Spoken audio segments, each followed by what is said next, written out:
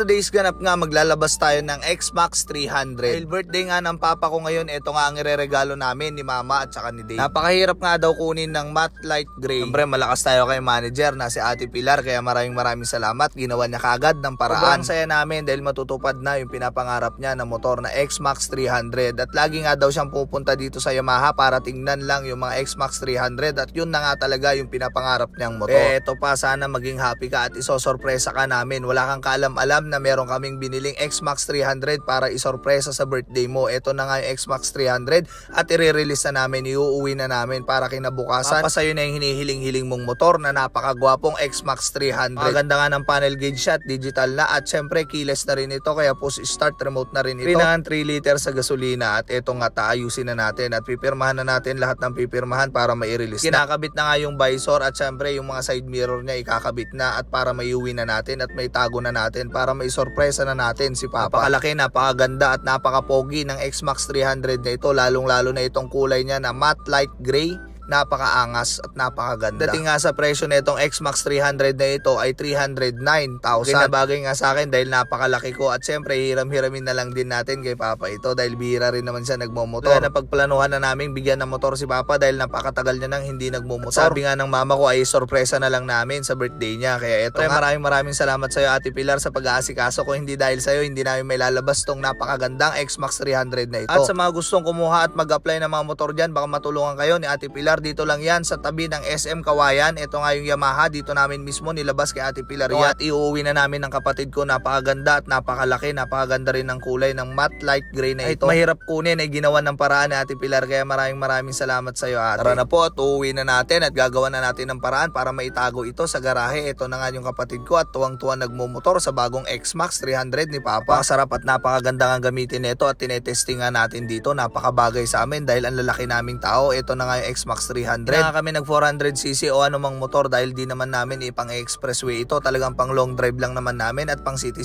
drive. Napakaganda nga ng X-Max 300 at ito nga dito na lang namin naisipan igarahe. Tatabi ko nga siya dito sa D-Max ng biyanan ko at tatakloban natin ang cover ng sasakyan para hindi niya makita pag pumunta siya dito. Ito na nga yung cover ng sasakyan at ibabalot na natin yung X-Max para hindi niya mahalata at haharangan na rin natin ng video okay para hindi niya mahalata at hindi niya makita. Napakalupit namin magtago ng motor at talagang hindi niya nahalata. Ito na nga at birthday niya ngayon. Sigurado ko masosorpresa siya sa motor na pinapangarap niya. Ito na nga yung handa namin. Meron kaming pansit dito, may hipon, dinakdakan, barbecue, kaldereta, may Shanghai, may salad. Marami kaming pinapainit na imbaligtad sa baba. Ito na nga yung baby Dwight ko ay tulog-tulog na naman dahil oras ng tulog niya ngayon. Haba niya ang matulog dahil talagang nagpapalaki nga itong baby ko na si Darren. Na nga yung lechon, sinachap na nila at mamaya-maya nga magsisidatingan na mga bisita. Napakaganda at napakasimple lang ng ayos namin dito. Siyempre maraming salamat kay Tita Nancy, nagpahiram ng gamit na parang catering naman ng datingan. Ito na nga yung lola ko, talagang umahanap na ng balat at paborito ang lechon. Ito na nga at kakain na nga daw siya ng lechon. Ito na nga si Papa at wala nang magawa, ginigising-gising na lang si Dwight at talagang wala nga daw kaming regalo sa kanya at tumatawa-tawa na lang kami at wala siyang kaalam-alam talaga pagdating sa regalo na ibibigay namin sa kanya. Ito na nga at nagsimula nang nagsidatingan at magpe-pray na at kakain na po ang lahat ng mga bisita ni Papa. Maraming salamat din po sa lahat na nagpunta. Maraming salamat din sa ninang ko na always nandyan sa amin at lagi nagpe-pray pag may ganitong okasyon kami.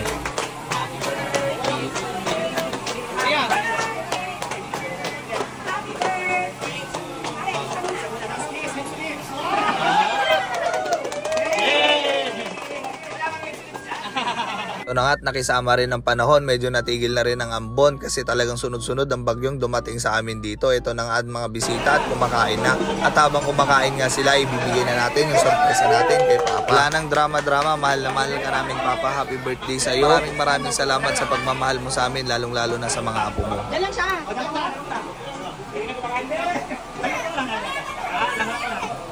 Antay mo si Papa tayo ha?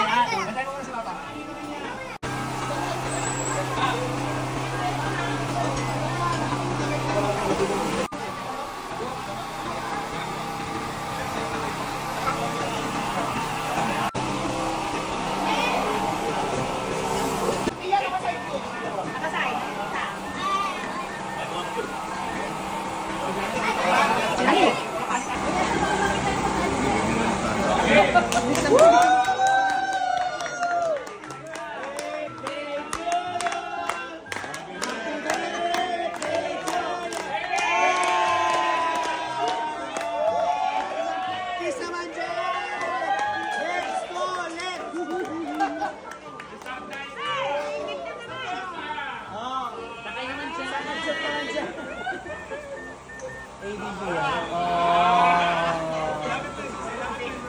Ang yaman nyo na! Kayo na talaga!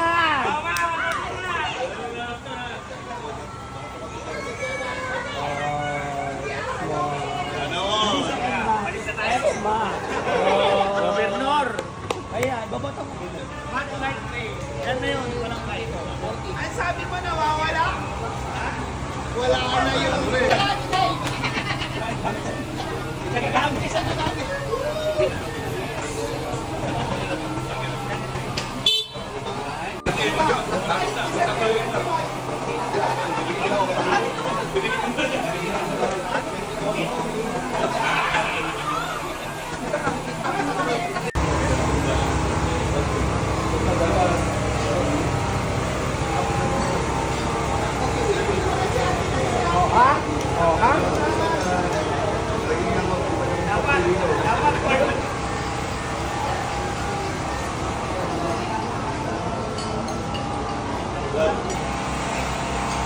Oh. Ah?